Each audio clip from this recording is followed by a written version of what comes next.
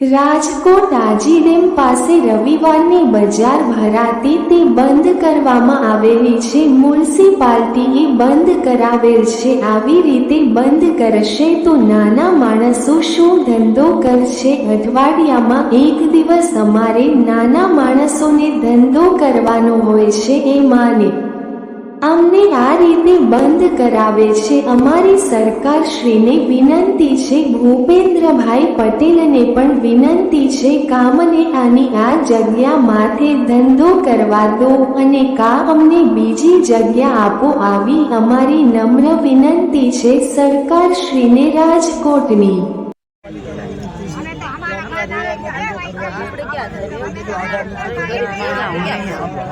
ધંધો બંધ થાય છે તો અમે કોરોના વખતથી કોરોના 2 વર્ષથી હેરાન થઈ ગયેલા છે, બહુ કરજામાં આવી ગયેલા છે, માંડ લાગે પડ્યા છે।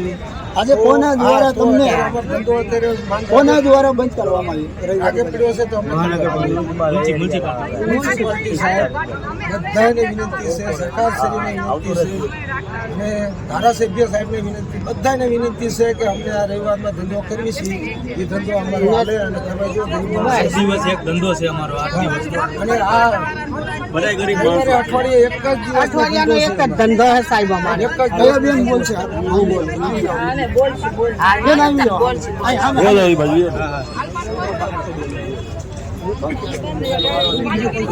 બેન તમારું નામ? આશાબેન। કેટલા સમયથી ગુજરી બજારમાં અમે ઘણા સમયથી સાહેબ ચાંદની ગુજરી ભરાય છે, તારનો ધંધો કરીએ છીએ। હવે અત્યારે મહાનગરપાલિકા વાળાને બધા ઉડ્યા કે બંધ કરી દો, પણ અમે ક્યાં જઈએ ને ક્યાં ધંધો કરીએ? અઠવાડિયે એક વખત આવીએ છીએ, અમારા બસલામને અમે ખવડાવીએ છું, અઠવાડિયે અમે કમાવાના આવીએ તો અમે ખાઈએ છીએ। સરકાર પાસે શું રજૂઆત છે તમારી? મહાનગરપાલિકા વાળાને બધાને વિનંતી છે કે અમારી આ બજાર ચાલુ કરાવે અને અમારે જે છે એ બજાર અમારી ચાલુ રાખે, એક જ વિનંતી છે। તમે જે કહેશો એ તમારી નેમ હશે એ પ્રમાણે અમે ઉભા રહેશું, બીજું કઈ એ તો છે જ ને,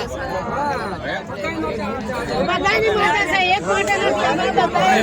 દેવી પૂજક આરામના બધા બધી હર વસ્તુ માટે આ વસ્તુ છે કે અમારો આ ધંધો અમારે ચાલુ રહેવા, બીજી વાત નહીં। સારું છે ને માતાજી ગયેલા ત્યાંથી બોલ આવ્યો તો